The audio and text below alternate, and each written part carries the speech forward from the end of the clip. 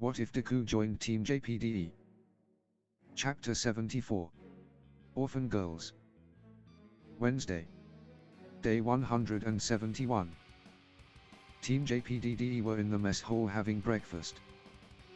Whilst they were eating, Deku was thinking about the incident that happened at the club with Neon.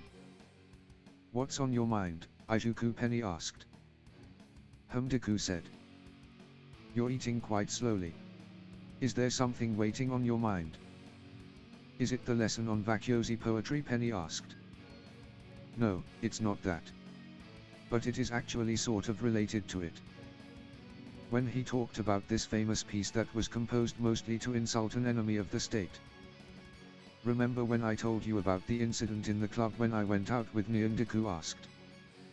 "Oh, indeed. How you diffused the situation by using aggression. So ingenious," Penny said.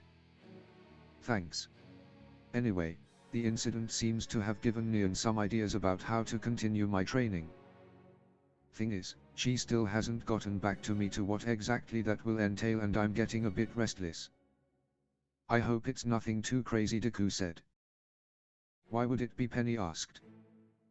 "Well, the point is, she seems to have deduced that to actually get me to insult people properly I need to be enticed, I guess. And when I said that those couldn't be circumstances easily recreated, she just... I hope she doesn't try to go and actually make other events where I get in someone's face happen," Deku said. "Oh, indeed.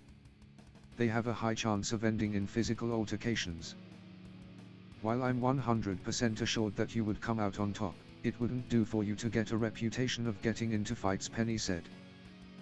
"Yeah," Deku said. "There's my favorite and only understudy," Neon said, walking up. "Neon."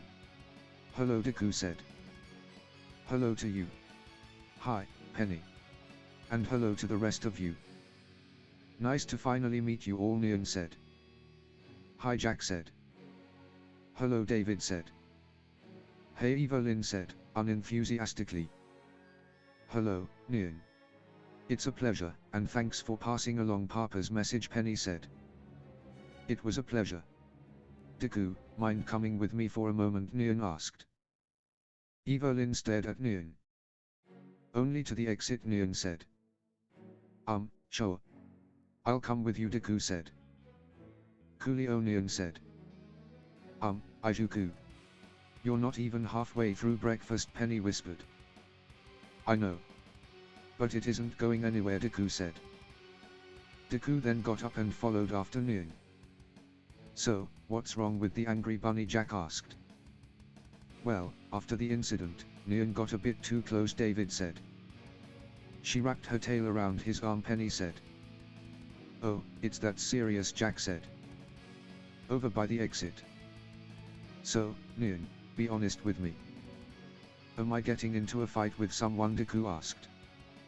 "Excuse me?" Neon asked. "You said you wanted to recreate the circumstances," Deku said. "Oh, that?" Neon said. Neon laughed. "No, Deku, I'm not going to try and make you get into fights all the time. We can't have you tell people I'm your girl to defend me all the time, or people will start spreading rumors," Neon said. "Is that a bad thing though? You did wrap your tail around my arm," Deku said. "Well, no. But I'd rather not get into any more trouble than I already am." "White Rabbit made it quite clear," Neon said. "Yeah, you did push it slightly too far. But you didn't go as far as some other people," Deku said. "And that means?" Neon asked. "There's a chance if you behave yourself. If you want to, I mean. I don't mean to," Deku said. Okay, yeah. Say, Deku, you like Fawny, right?" Neon asked. "Why do you ask that?" Deku asked. "I was just wondering if you get along with me and Evelyn just because we're cute girls," or Neon asked. "To be completely honest with you, I don't care at all about either of you two being fawners. I care about who people are on the inside," Deku said. "So you don't care about Evelyn's and Penny's massive boobs and fat ass?" Neon asked. "Well, they are a big bonus, I'll admit that," Deku admitted. Neon giggled. At least you honest. I ask because I'd like to invite you somewhere. And it's going to be pretty much only funny, there Neon said. That's it. Sure, that's not a problem, Deku said. You sure? Because even if you're with me, you're going to stick out like a sore thumb. And if people ask, you're my boyfriend, Neon said. Well, in that case, I suggest you also invite Evelyn and David along as well. It'll go a long way into making her like you, Deku said. Good idea, they can come along with us. I'll message you once an event comes up. Have a good one, Neon said. You too, Deku said. Neon then walked away. Deku was making his way to class when Ijuku Reese yelled. Deku turned around only to be met with Reese's bosom. How have you been? Reese asked. Reese, it may be prudent to not shove your chest in people's faces, it makes it hard for them to talk. Also it's very inappropriate, Aslan said. I'm sure he doesn't mind. In fact, I think he likes it, Reese said. And I'm sure he likes to breathe, Aslan said. Oh right, Reese said. Reese pulled back, allowing Deku to breathe again. Deku gasped for air. Well, hello to you too, Deku said. Hi, Reese said. Hello, Ijuku. It's been a while since we last talked, Aslan said. Yeah. Think the last time we talked was during Baruto. Which has just reminded me, I don't think I've ever thanked you two for your help, sorry about that, Deku said. It's alright. Take it as thanks for repairing our friendship, Aslan said. Yeah. Don't sweat it, Reese said. I feel coming to rescue me from one of the deadliest places on Remnant isn't equivalent to fixing a relationship, Deku said. On the surface that may look true, but in reality, you stopped our team from breaking up. Who knows what could have happened if we did? We could have all died if me and Reese couldn't work together, Aslan said. I suppose you have a point, but still, I'd like to offer my help in anything you need, Deku said. That's perfect then. You see, we actually came to you for your help, Reese said. Oh, really? Then I'd be more than happy to help you too, whatever it is, Deku said. Careful. You don't know what we want, Reese said. I doubt you would do anything nefarious, like taking my soul, Deku said. You're right, we don't want your soul, Aslan said. But we do want something else you have, Reese said to herself. What was that, Deku asked. Nothing, Reese said. Okay. So what do you want, Deku asked. We would like your help in combat training, Aslan said. Okay, sure, I'll help with that. But why do you want me to help, Deku asked. Because you're super duper strong, Reese said. How, Deku said. During the rescue mission in Baruto, we realized how weak we are, Aslan said. I wouldn't say that. I mean, you wouldn't have survived Baruto if you two were, Deku said. But we're weak, compared to you and Jack at least. You were able to survive in Baruto whilst fighting Birdface. And Jack was able to hold her own, one-on-one, against the Gunra. And then the two of you took it down together. Neither of us could do such a thing, Reese said. Which made us realize we need to get stronger. Not just for ourselves, but also for the ones we love and care for, Aslan said. That's very admirable of you too. Let's get to work then, Deku said. The three then went to get permission to go and use the amphitheater for their training. Deku was now bouncing around the amphitheater at super speed, whilst Aslan and Reese were back to back in the center, trying to track Deku's movement. Hey, Aslan, Reese said. Yes, Reese, what is it, Aslan said. Do you think we've made a huge mistake, Reese asked. Yes. Yes, we have, Aslan said. Deku then charged in and punched Aslan in the gut. The force of the impact sent her flying back, which in turn took Reese with her. Don't talk like that. I won't go any harder than you can take. The important thing is getting back up and doing your best. You may not be able to beat me, but you can give it your all to weaken and delay me. So don't give up. Aslan staggered to a stand. We won't. We can do this all day, Aslan said. Speak for yourself. But I will get back up, Reese said, standing up. Good. Then come at me, Deku said. Aslan then charged at Deku, whilst Reese hopped on her hoverboard and went wide.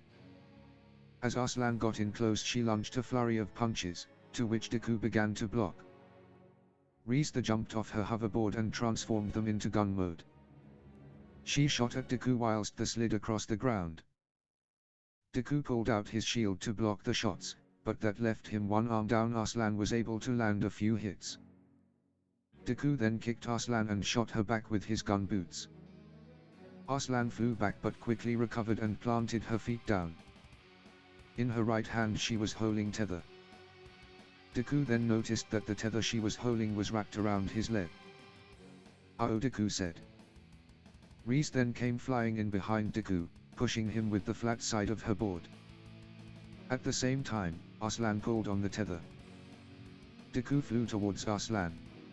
Aslan pulled back his fist and then punched Deku, sending him flying back. Deku used Black Whip to stop himself and grab a hold on Aslan. He then gave a might tug, pulling Aslan towards him. It was at that moment Deku realized, he may have pulled her a bit too hard. "Oh shit," Deku said. Aslan crashed into Deku, which sent them both crashing into Reese. Deku quickly grabbed hold of Reese and Aslan to protect them. The three came sliding to a stop just before hitting the wall. "You girls okay?" Deku asked. "I'm alright." "Reese. How are you?" Aslan asked. "I'm good.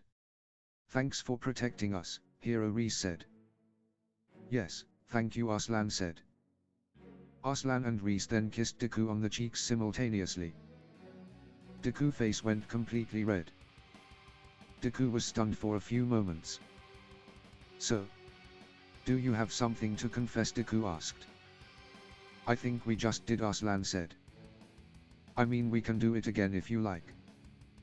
Or we can kiss you on the lips," Reese said. "So, how long has it been since you two known you liked me?" Deku asked. "We realized we loved you after Baruto. Whilst you were in recovery, we kept worrying about you and asked your team about you every day until you were discharged. And it was during that time Evelyn and Penny made us realize our feelings," Aslan said.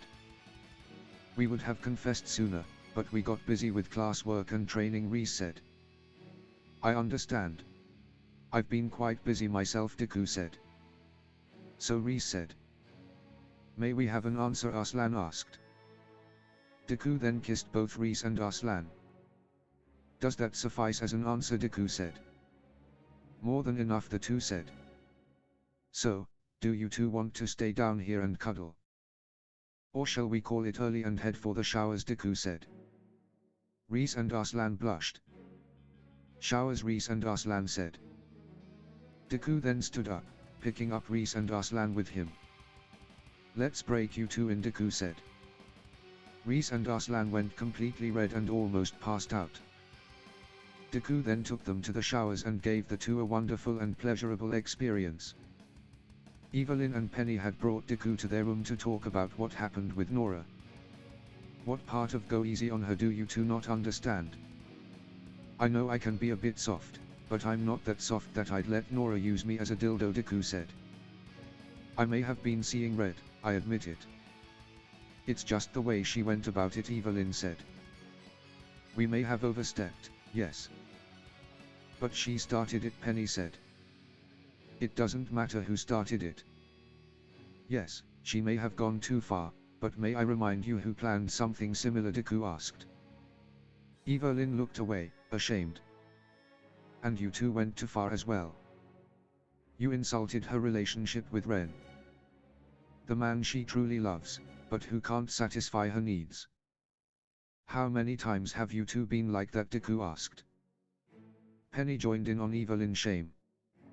"I just hope that the rift that has formed can be repaired," Deku said. Deku then got a call on his scroll. "Oh hey, it's Ren. You've got to wonder how many convenient calls I've had." "Just me." "Fine," Deku said.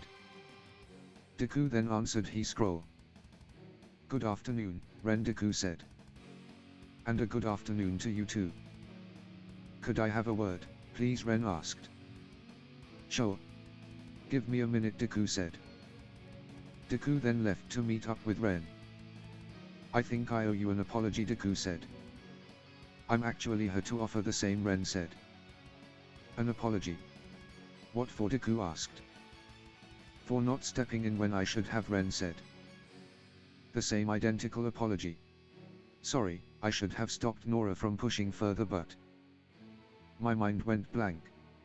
You know, Deku said. Form your romps with your lovers, I know you can lose control with a sexy girl. And Nora is a sexy girl. After Nora told me how your last meeting had gone and what she told you, I realized that I had let her have too much fun and avoided making her focus on actually thinking about this properly. And about refuting. Wouldn't you rethink, Ren asked. Ren, while the girls may have gone off a little too emotional, the message still stands. I don't have any interest in a relationship with Nora that is purely sexual. I want to help Nora with her plight, but if I am the one to do so, it has to be more than just for satisfying her needs, Deku said. And I can understand that. Still, that's not what Nora wants. That's not what we want. If all we needed was some human dildo, as Evelyn aptly put it, we could have arranged for that easily, Ren said. That makes sense. So, what got lost in translation, Deku asked. What we really want is a relationship with you, just like you have between you and your lovers, Ren said. Just me, Deku asked. Perhaps with David as well, but not with Evelyn or Penny. Nora is not into girls, Ren said. I see. But what about you? Deku asked. I have no interest in Evelyn or Penny. Nora is the only one for me. And I doubt the two of them are interested in a relationship with myself and Nora, Ren said. Fair enough. It's good to know that it's not as bad as we thought. But it's going to take some time for everyone to feel comfortable, especially since how this all started, Deku said. I know. And I'm glad to hear you are willing to give Nora a do-over. She really likes you, Ren said. I gathered that. I'll talk to the others and see if the damage isn't irreparable, Deku said. Thank you, Izuku, Ren said. Although, before that, I'd like to know. What are your thoughts on all of this, Deku asked. My thoughts, Ren asked. Yeah. You're as involved as everyone else, but you're the only one whose point of view I don't know yet, Deku said. It doesn't really matter what I think. I'm the cause of the whole problem, so Ren said. No. You are not the problem. You can't control the fact you have no sexual desire. If you keep thinking like that, then the whole thing is just going to fall apart. You shouldn't put yourself second to Nora's wishes. In fact, stop pushing yourself second to anyone else. Everyone is an equal in our relationship. So if we're going to enter something similar, you need to stop thinking like that, Deku said. Ren said. Promise me you will not put yourself down and restrain yourself from voicing any discomfort and problems you might have. With your poker face, I doubt we would ever be able to glean it otherwise. Do it now, on your honor. Or there's nothing more for us to talk about, Deku said. Alright, I promise, Ren said. Good. Shall we go and talk to our partners and reconvene here in about an hour or so, Deku asked. Alright, we'll meet back here in an hour, Ren said. Deku then left. Ren then felt something inside of him. Ren said. Deku had returned to his room and told Evelyn, Penny and David what he talked about with Ren. So, now that you know what Nora really wants, how do you all feel about it, Deku asked. I'm not feeling it, bucko, Evelyn said, registering a long list of doubts. Even by our standards, it'd be a very atypical situation, Penny said. So, our current relationship isn't atypical already? Remind me, how many girlfriends does Deku have again, David asked. We have, remember. So does that mean you're on board? Deku asked. I'm not sure yet, but I do wish to help Nora if I can, David said. One down. Just as a reminder, if anyone feels uncomfortable, let your feelings be known, and we'll pull the plug, Deku said. I don't think any of us will be uncomfortable in a relationship between you and Nora. It's not anything different from what we're already doing. I feel like I can't accept since how things went with Nora, Evelyn said. Well, you'll have the chance to make up and get along. I'm not just going to pick her up and take her to bed today. So, what do you say? Deku asked. I am willing to help Nora and Ren if possible. Even if it's something short-lived. Loving each other but never being fully satisfied with their relationship because of how different they are. I can't help but imagine ourselves in their shoes. So I'm willing to give it a chance, Penny said. Ijuku, Evelyn asked. You already know my answer. I want to help Nora and Ren, and I do like Nora a lot, Deku said.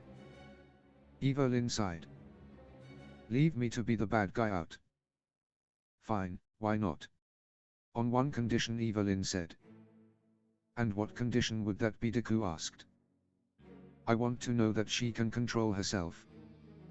So we don't have a repeat of the earlier situation where she was so caught up in her own self-satisfaction that she couldn't even properly convey her wishes, Evelyn said. Sounds fair. So, what do you suggest? Deku asked. Evelyn then told the others what she had in mind, and then they went to meet up with Nora and Ren. A date? Nora asked. Yup. But not just any date. It's going to be the most normal date ever. Scratch best behavior, you're going to be demure, proper and a giggle short of introvert, Missy, Evelyn said. I'm not sure I follow, Nora said. We started off rocky because me and Penny got overprotective and you were too turned up. Problem is, that's your default state. If we want this to have a chance of working, or at least, letting it end without any souring of relationship, we're all gonna have to learn to adapt. You're the only one who I don't know if she can. So, an entire date where you're going to be as you and Nora as possible. If you can manage that, we can continue, Evelyn said. Alright. I agree to those terms, Nora said. Good. Now, me, Penny, and David want show you some trust, Evelyn said. So we'll leave the three of you alone. Be good, Penny said. Don't do anything we wouldn't do, David said. Penny, David and Evelyn then left. So, first of all, I have to ask, what is it you like about me? Deku asked. Actually, first of all should be an apology for how I acted. But your reactions are just so. So. That's not trying to make excuses, it's just, Nora said. Nora, relax. Apology accepted. And now it's time for my apology, for what I did to you, Deku said. Oh, you don't need to apologize for that. I brought that on myself and I really enjoyed it. So much so that I didn't feel the desire for a week, Nora said. Thank you. I think, Deku said. You're welcome. Back on topic. Your reactions are one of the things I really like about you. You're so animated and variegated with your reactions, your body language. Total opposite of Ren. He's got the cool ninja thing down pat, Nora said. What? Ren asked. But you're patient and understanding just like him. And you're fun. Also funny, and well, I really like your hair and posture, Nora said. Posture? Deku asked. Desperately trying not to go into physical trays, here, Nora said. Nora, I appreciate the effort, but knowing you can put your more excessive trays to the side when needed is not the same as wanting you to change yourself forever, Deku said. Relax, Nora. You don't need to be on edge forever, and there will be time to discover more about each other, Ren said. Nora grinned. Nora then grabbed hold of the two. What? Deku said. Nora, Ren questioned. Sorry. But Nora said. Nora? Ren, is she alright? Deku asked. I think so. Last time I've seen her like this was Ren said. I swear I will make this work. I swear I will do my utmost best, but I can't help but think that, when I've proven myself. We Nora said. When she won a year's access at a local breakfast buffet. When we were still in the orphanage, Ren said. Nora began to breathe heavily. I see, Deku said. Nora continued to breathe heavily. Geez. Kinda scary, Deku said. Nora breathed so heavily she began to wheeze. Yeah, just, let her peter out. It's not gonna be long, Ren said. Nora then took a very heavy breath. I hope, Ren said. Eventually Nora calmed down and let go of Deku and Ren. In Team JPDDE's room. Oh, my. So Velvet hasn't given up yet despite Penny asked. Pretty much, yeah, David said. Well, I guess our study Mac Hunkertons are too much of a snack to pass over, Evelyn said. We do not consent to that nickname. Just so you know, Deku said. If the footwear fits. Anyhow, if Velvet hasn't given up on it, neither have I. She is a nice person, Penny said. Yeah, she is, David said. You sure long-haired girls do it for you, Evelyn asked. Hey, shorter hair is a preference, not a deal-breaker. It's just that I like haircuts that leave the neck exposed, David said. Oh, I see. Very tactical of you, David. That way it leaves an important vital area exposed, Penny said. The other gave Penny a look. Joking. I'm joking. And, I'm sure Velvet can tie her hair up in a ponytail if needs be, Penny said. Yeah, I guess so, David said. And what about you, Aiju? Evelyn asked. I think you already know my answer. The big obstacle here is Coco, Deku said. As it should be. They're together, so if Coco's uncomfortable, David said. Even though you said they, shall we say? Entertained the thought in private, Penny asked. Sounds like it, but, point is that a fantasy is not always something you'd be willing to do in real life. Think of a girl angry at their boss. They may fantasize about stomping their face in with 12 cm stilettos, but they are not actually going to do it, despite how exciting the thought may be, Evelyn said. True. Although, maybe then she must be eased into the thought that it is something she can do without compromising their relationship, Penny said. Also that she may actually like seeing something like that in real life. But how can we do that, Deku asked. Well, I have a plan that might work, but we'll need Velvet's collaboration. Actually, maybe it's better if we don't have her collaboration, Penny said. Penny then discussed her plan. Meanwhile, I still can't believe you, Coco said. Sorry. I can only use inexperience as a justification. While I have zero experience with men, I also don't really with women either, so. I guess I'm not really familiar with. Adequate, Velvet said. Well, that a neologism. I'm not mad anymore, just. Geez, that surprised me, Coco said. Although, I must ask. Were you more surprised by the proposal or from me jumping the gun, Velvet asked. Haven't got enough food or drink in me for that conversation. Let's go down to Vale, already. You're the one with reservations, remember, Coco said. I remember.